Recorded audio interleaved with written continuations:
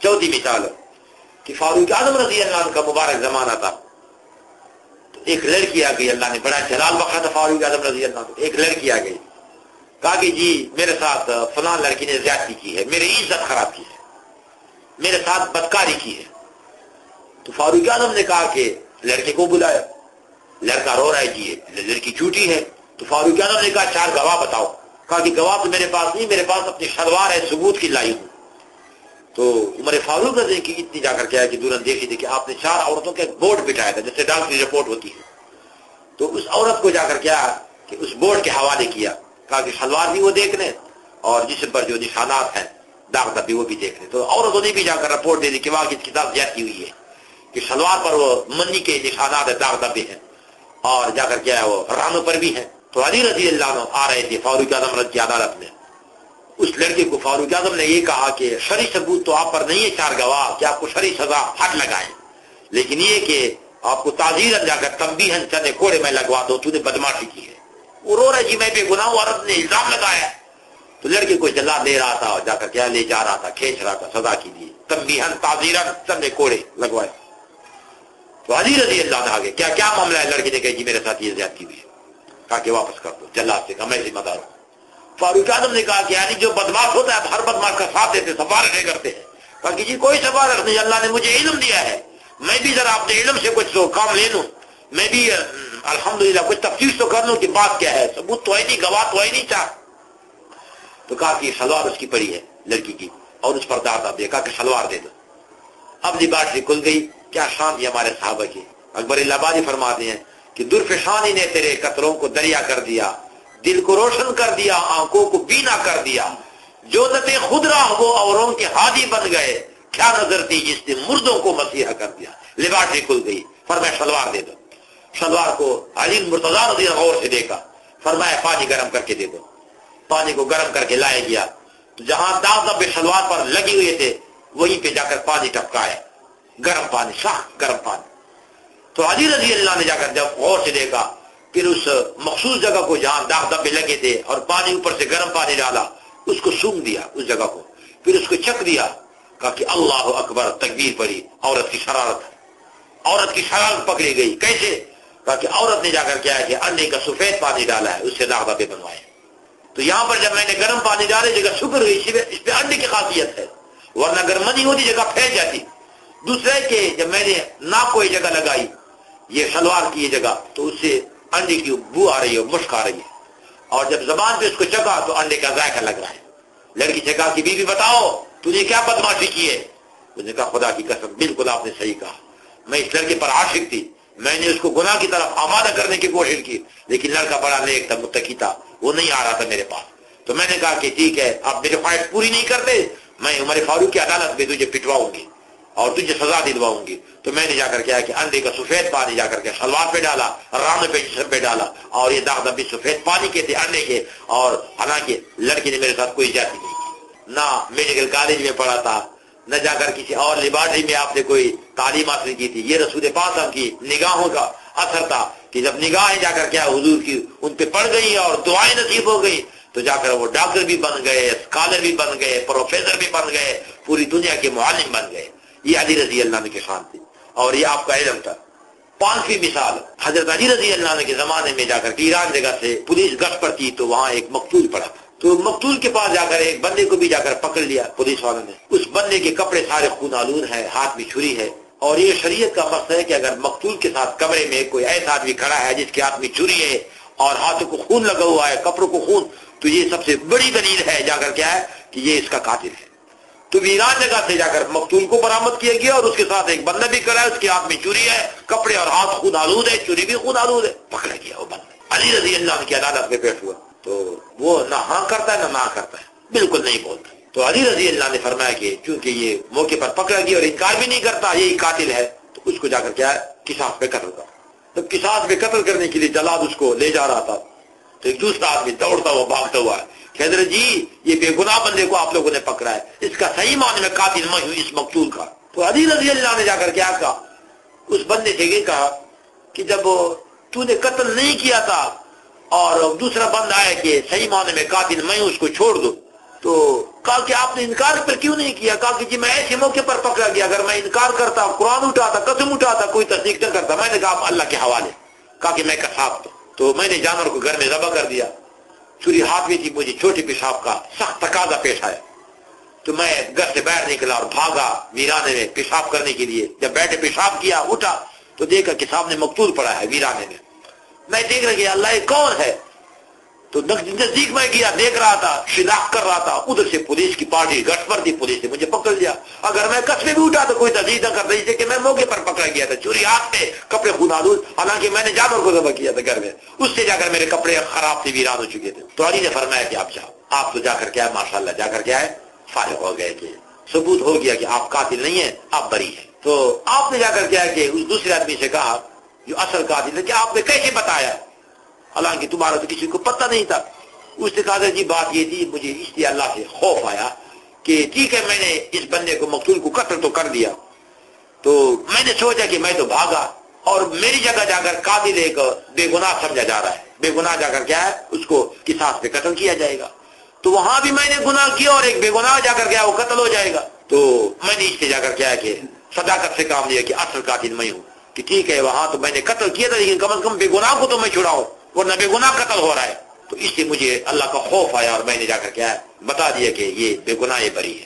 تو علی رضی اللہ نے اپنے بیٹے حضرت حسن کو بلایا رضی اللہ عنہ، کیا شان ہے، باپ بھی عالم، بیٹا بھی عالم، اور اللہ پاک نے ان کو کتنا بڑا مقام بخشا، کیونکہ بیٹے اس صحیح معنی میں جو قاتل ہے اس کا فیصلہ آپ نے کرنا ہے۔ تو بیٹے نے کہا کہ ابو جی بات یہ ہے کہ اس نے جو اصل قاتل ہے، جو خود اقرار کرتا ہے، اس نے ایک بندے کو قتل کیا ہے لیکن دوسرے کو بچایا ہے، ورنہ یہ نہ آتا تو دوسرا بیچارہ قصاب ہو بے گناہ قتل ہو جاتا قصاص میں۔ تو اس نے خود اقرار کرتا ہے کہ میں نے ایک بندے کو قتل کیا ہے لیکن دوسرے کو بچایا ہے، قصاب کو بچایا ہے۔ اور قرآن کہتا ہے ومن احیاء فکانما احیا الناس جميعا، جس نے ایک آدمی کی زندگی بچائی گویا کہ اس نے پوری کائنات کی زندگی بچائی۔ حضرت جی اس نے کمال کیا کہ جا کر اس نے تصدیق کیا اور جا کر ثبوت اپنے آپ پر جا کر اس نے ڈالا اور قصاب کو بری کر دیا۔ حضرت جی ایسا کر لے کہ اس صحیح جو قاتل ہے اس کو معاف کر دے اور مقتول کا خون بہا جا کر بیت المال سے ادا کر لے۔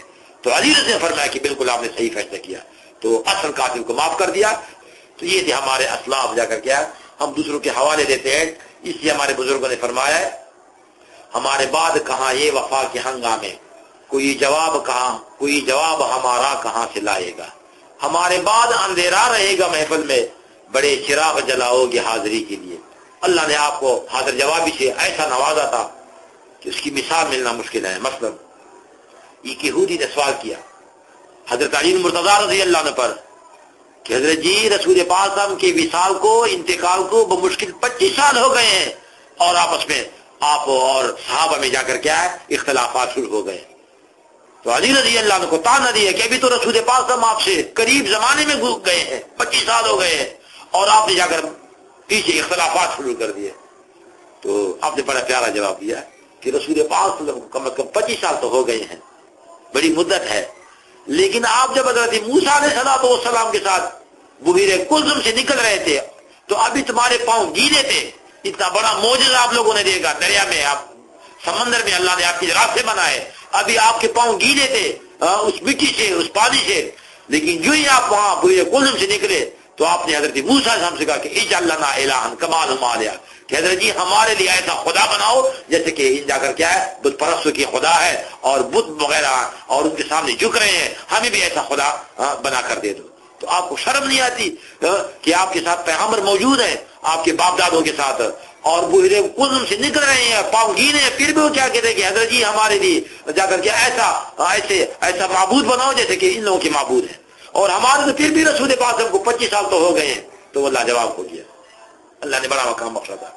اب آتے ہیں آخر میں کہ باقی صحابہ کے ساتھ تو ہوتا ہے رضی اللہ عنہ، لیکن حضرت علی رضی اللہ عنہ کے ساتھ کرم اللہ وجہہ، اللہ پاک آپ کے چہرے کو معزز فرمائے۔ وہ یوں کہ آپ کے زمانے میں خوارج تھے، خارجی لوگ، کہ حضرت علی رضی اللہ عنہ کے لشکر سے نکل گئے اور آپ کے دشمن بن گئے، اور ان کا اعتراض تھا کہ حضرت معاویہ کے ساتھ رضی اللہ عنہ آپ نے فیصلہ کیوں کر دیا۔ تو حضرت علی رضی اللہ عنہ کو جا کر کیا کافر کہتے تھے اور بددعا دیتے تھے کہ سود اللہ وجہ، اللہ پاک آپ کے چہرے کو جا کر کیا کالا کیا رسوا کر لے۔ تو اہل سنت والجماعت ان کی رد میں یہ دعا دیتے علی رضی اللہ عنہ کو کہ کرم اللہ وجہ، اللہ پاک ان کے چہرے کو معزز فرمائے. تو اسی عام صحابہ کے ساتھ رضی اللہ عنہ پڑھا جاتا ہے اور ان کے ساتھ جا کر کرم اللہ وجہ. اور اس کے ساتھ ساتھ جا کر کیا ہے کہ آپ کی والدہ محترمہ کی کتنی بڑی شان ہے. اولاد میں ماں باپ کا خون شامل ہوتا ہے. رسول پاک صلی اللہ علیہ وسلم نے جب دیکھا کہ حضرت فاطمہ بنت اسد حضرت علی رضی اللہ عنہ کی والدہ کا انتقال ہو گیا، تو آپ نے پیغام دیا کہ جا کر کیا ہے کہ یہ میرا کرتا ہے، اس کو جا کر کفن میں پہنا دو. تو دو جہانوں کے سردار صلی اللہ علیہ وسلم نے اپنا مبارک کرتا اس کو کفن میں پہنا ہے. پھر رسول پاک صلی اللہ علیہ وسلم نے فرمایا جب جنازہ تیار ہو گیا، جنازے کو مونڈا دیا. کتنی بڑی شان ہے. حضرت علی رضی اللہ عنہ کی والدہ فاطمہ بنت اسد رضی اللہ عنہ کی جنازے کو حضور نے مونڈا دیا. پھر جب جنازہ تیار ہوا تو رسول پاک نے جنازہ پڑھایا. پھر جب جا کر کیا ہے کہ قبر تیار ہو رہی تھی تو حضور نے فرمایا تھا کہ باقی قبر تیار کرو، لحد میں بناؤں گا، بغلی قبر اندر میں بنواؤں گا. تو اللہ کے نبی صلی اللہ علیہ وسلم نے 14 نمبر پر جا کر قبر میں اترے، اپنے مبارک ہاتھوں سے اس خاتون کے لیے، عظیم خاتون کے لیے جا کر قبر بنوائی، لحد بنوائی، بغلی قبر بنوائی. پھر 5 نمبر پر رسول پاک صاحب قبر میں بیٹھ گئے، قرآن پڑھا، خوب تلاوت کی، صحابہ چاروں طرف کرے قبر کے کنارے. پھر 6 نمبر پر رسول پاک صاحب جا کر کیا قبر میں لیٹ گئے، کافی دیر تک لیٹے رہے. پھر 7 نمبر پر رسول پاک صاحب نے فرمایا قبر میں کھڑے ہو گئے، فرمایا بی بی میرا ہاتھ میں دے دے. کتنی عظیم خاتون تھی. فرشتوں کو یقیناً رشک آیا ہوگا کہ رسول پاک صاحب نے مبارک ہاتھ میں جا کر بی بی کو اٹھایا اور قبر کے حوالے کیا. پھر صحابہ نے پوچھا کہ حضرت جی آپ نے اس کے لیے جا کر کیا ہے کہ بڑی سفارشیں کی ہیں اور حضرت جی آپ نے اس کو غیر معمولی مقام بخشا، بڑے احسانات فرمائے اس کے ساتھ. فرمایا کہ میری امی کا جب انتقال ہوا تو یہ میری امی کے بعد میرے لیے امی بنی. اس نے مجھے بچوں سے زیادہ لاڈ دیا، پیار دیا تھا، محبت دی تھی. تو بہرحال میں نے سوچا کہ آج ان کو میری دعاؤں کی ضرورت ہے، اس لیے میں نے اپنا کرتا اس کو کفن میں پہنایا. پھر اس کے جنازے کو مونڈا دیا. پھر جا کر اس کا جنازہ پڑھایا. پھر اس کے لیے اپنے مبارک ہاتھوں سے قبر بنوائی، نیچے بغلی قبر، لہر. پھر جا کر قبر میں بیٹھ گیا، میں نے قرآن پڑھا. انشاءاللہ اس قرآن کی برکت سے اللہ پاک اس کی قبر میں انوار و برکات کی بارش فرمائیں گے، نور و برکت سے اللہ اس کی قبر کو بھر دیں گے میری تلاوت کی برکت سے. پھر میں لیٹ گیا، فرمایا کہ آخر اللہ کے نبی لیٹے ہیں کہ اس لیٹنے کی برکت سے اللہ پاک اس کی قبر کو کشادہ وسیع فرمائیں گے. پھر میں نے اپنے ہاتھوں سے اس خاتون کو لیا اور قبر میں لٹایا، اس لیے کہ اس کے میرے پر احسانات ہیں. تو میں نے سوچا کہ ان کے احسانات کا بدلہ یوں دینا چاہیے. تو میں نے ان کے احسانات کا ہر جزاء الاحسان الاحسان، احسان کا بدلہ احسان ہوتا ہے. علی رضی اللہ عنہ کو اللہ نے بڑا مقام بخشا تھا. ایک آدمی نے یہاں پر اعتراض کر دیا کہ آپ سے پہلے جو خلفاء تھے، خلفائے ثلاثہ، صدیق اکبر، عمر فاروق اور حضرت عثمان رضی اللہ کے زمانے میں بڑی فتوحات ہو گئی، وہ روم تک، فارس تک علاقے، کابل تک فتح ہو گئے، تو آپ کے دور اقتدار میں کوئی فتوحات نہیں ہوئی. تو آپ پر اعتراض کر دیا. تو آپ نے بڑا پیارا جواب دیا، فرمایا کہ ابو بکر صدیق خود جہاد پر نہیں گئے ہیں خلافت کے دوران، عمر فاروق خود نہیں گئے ہیں، حضرت عثمان نہیں گئے ہیں. وہ مدینہ مرکز میں ہوتے تھے اور ان کی فوج جاتی تھی، لشکر جاتا تھا. تو ہمارے جا کر کیا وہ خلفاء وہ تھے اور میں ان کا سپاہی تھا. میں اور مجھ جیسے لوگوں نے ان کے لیے فتوحات کی ہے. آج میں خلیفہ ہوں اور تم اعتراض کر تم میرے سپاہی ہو تو تمہارے اوپر یہ الزام آتا ہے کہ تم نے کوشش نہیں کی. ہم جب ان حضرات کے سپاہی تھے تو علاقے کے علاقے فتح کر دیے، لیکن تم لوگ ہمارے سپاہی ہیں، میں تو خلیفہ ہوں، مرکز میں بیٹھ رہا ہوں. یہ تمہاری نالائکی کی وجہ ہے، نالائکی کی وجہ ہے، میری کوئی کمزوری نہیں. ایسا پیارا جواب دیا. آخری بات علی رضی اللہ عنہ خود فرماتے ہیں، ایک بڑا پیارا، بلکہ 3 جملے آپ نے فرمائے ہیں بڑے پیارے، کہ علماء فرماتے ہیں کہ یہ الہامی جملے ہیں، یہ انسان کی طاقت سے بالا تر ہے.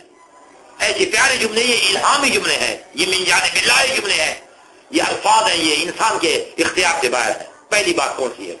پہلا جملہ یہ ہے، کفانی عزا ان تکون لی ربا، کہ میری عزت کے لیے اتنا کافی ہے کہ اللہ تو میرا رب ہے، کوئی غیر میرا رب نہیں، تو میرا رب ہے، اس میں میری عزت ہے. وکفا بھی فخرا ان اکون لک عبدا، اور میرے فخر کے لیے یہ کافی ہے کہ اللہ میں تمہارا بندہ ہوں، کسی غیر کا بندہ نہیں ہوں. تیسری بات یہ فرما، انت لی کما احب فوفقنی لما تحب وترضى، انت لی کما، اللہ تو میرے لیے ایسا بن جائے جیسے میں پسند کرتا ہوں، اور مجھے ان باتوں کی توفیق دے جس پر تو راضی ہے، جس کو تو پسند کرتا ہے.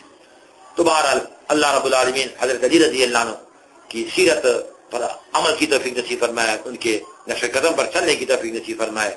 اور سچ کہا تھا ایک شاعر نے کہ وہ چاند جو روشن ہوا بطحا کی افق پر، وہ چاند جو روشن ہوا بطحا کے افق پر، اس چاند کی تعبیر ستارے ہیں صحابہ رضی اللہ عنہم وصلی اللہ تعالی علیہ